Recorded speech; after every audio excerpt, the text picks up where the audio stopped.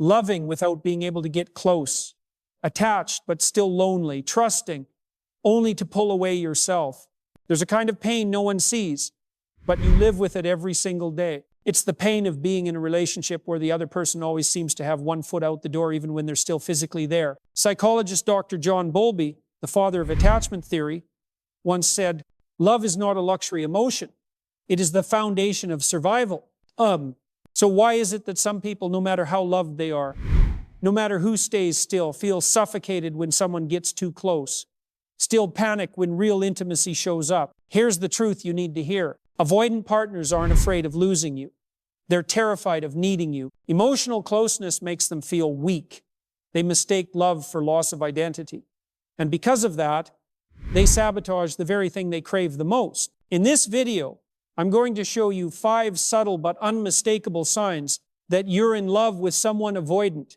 Phrases that sound sincere but are actually warnings in disguise. Behaviors that seem accidental but are in fact highly calculated. If you've ever found yourself sitting there asking, do they even care?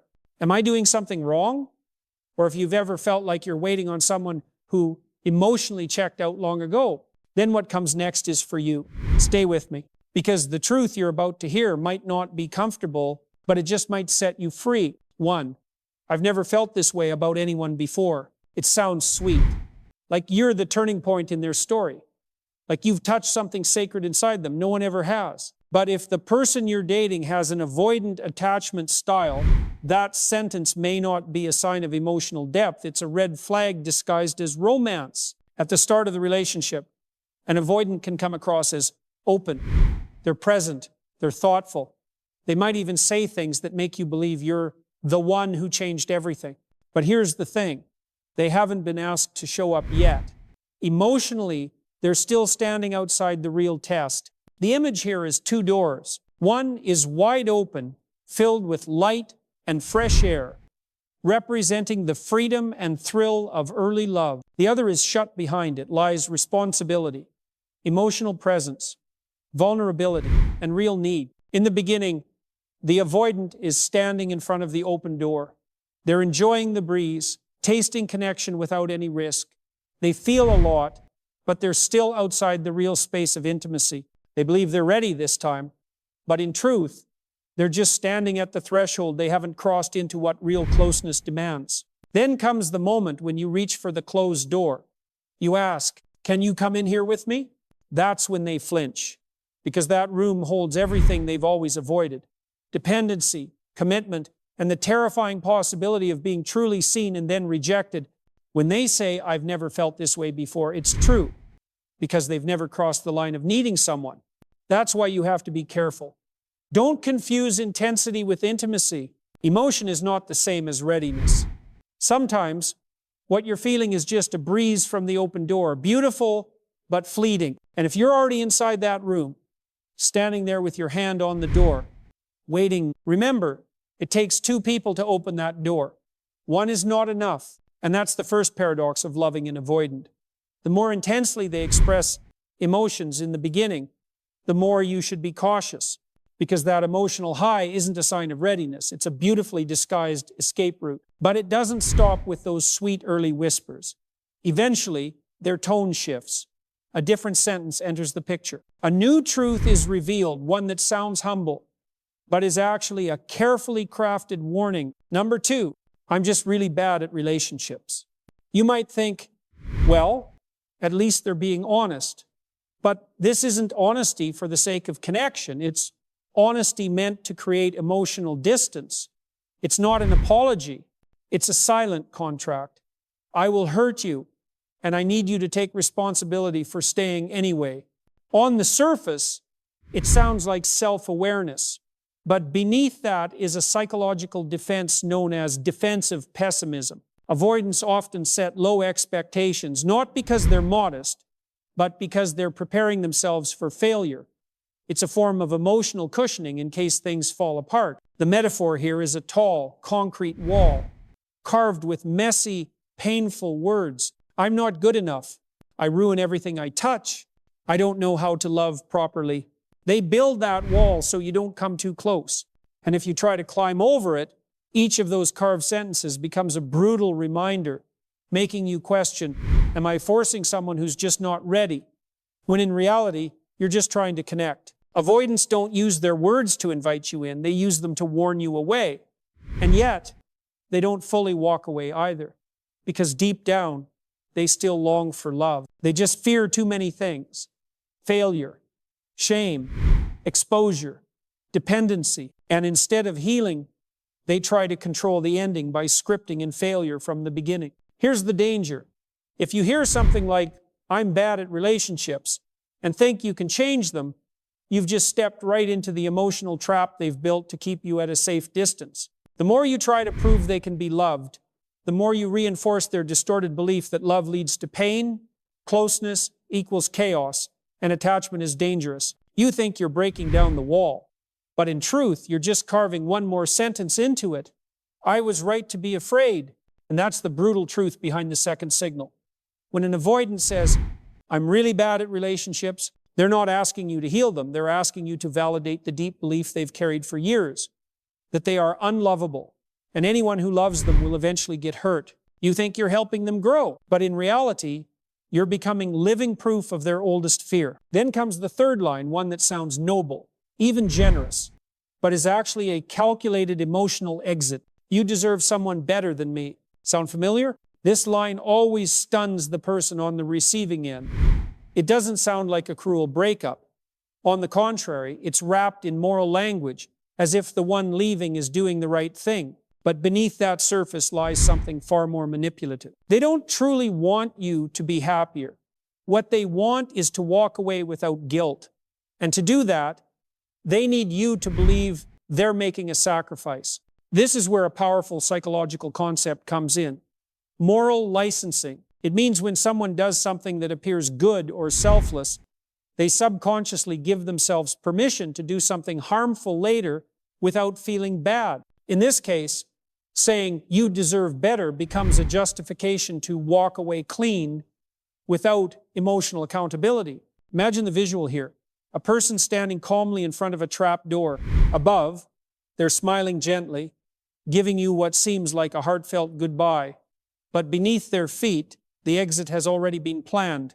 The door is ready to drop, and they've been standing on it for a while. You don't even realize they're leaving because they've cleverly handed the choice back to you. And here's the heartbreaking part. You're the one left holding the pain and blaming yourself for it. You think they left because they cared.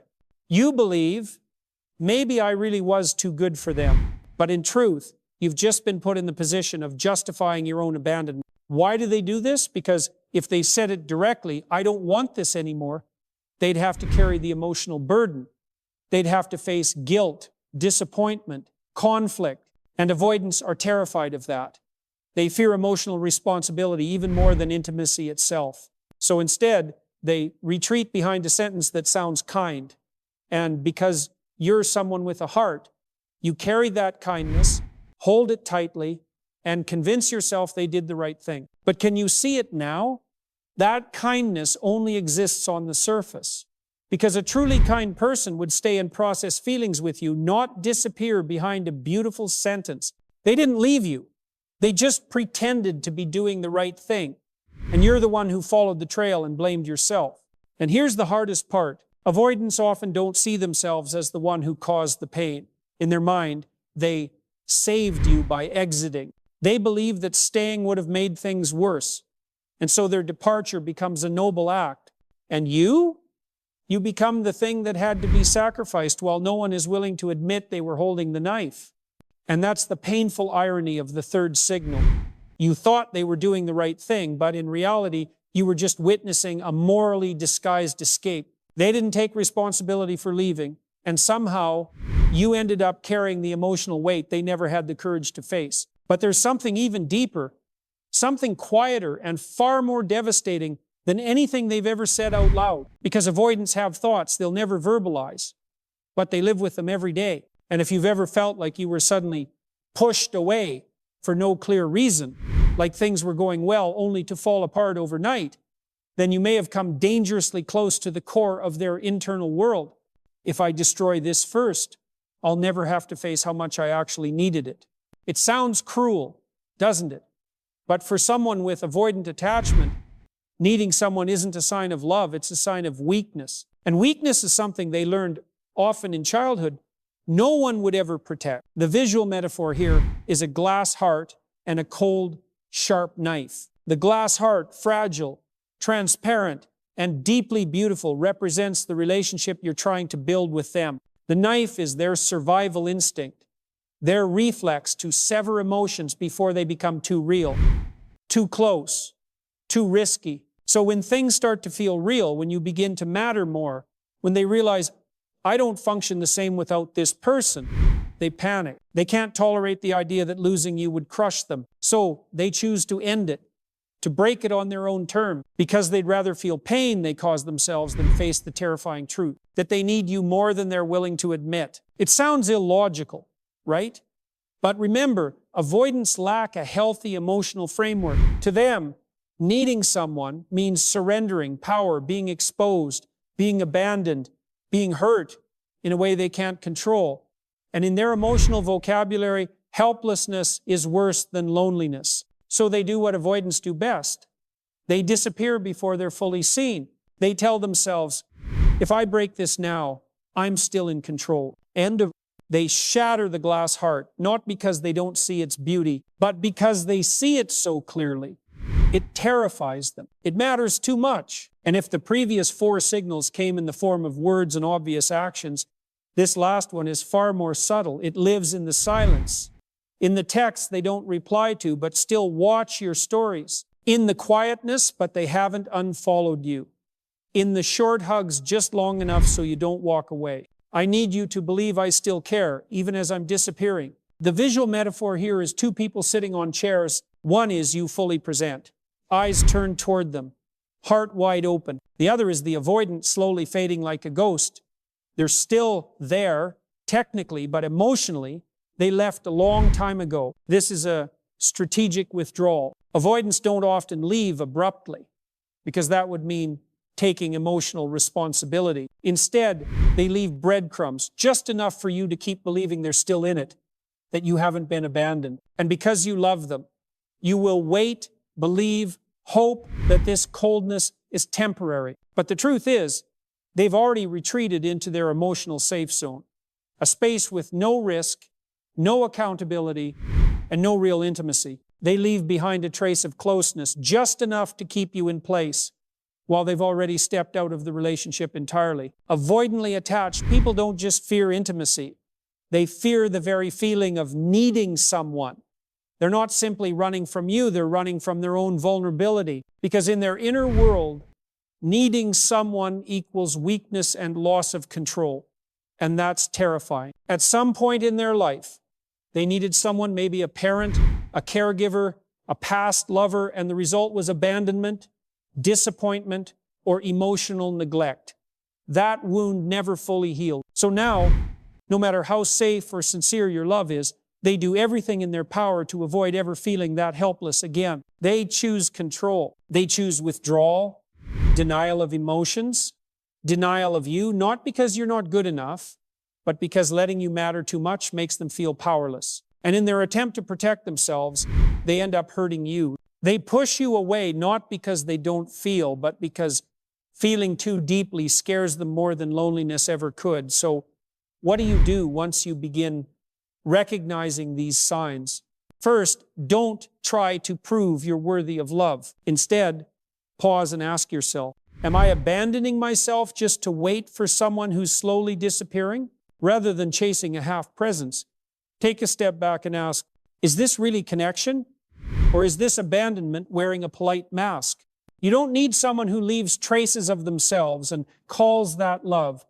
You deserve someone who's fully present, someone who's there in body and heart, not just technically, but emotionally. Learn to recognize emotional ambiguity so you can set boundaries, not sink into clinging and hoping. No one should have to live in a relationship where each day feels like a silent fight to keep the other person engaged while they're already halfway gone. Remember, a healthy relationship will never require you to play the role of the one who waits while the other runs from the role they were meant to show up for.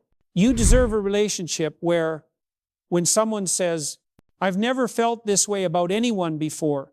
They are also willing to move beyond the honeymoon phase and emotional fireworks to face the reality that love requires grounding, responsibility, a choice that is made and remade every single day.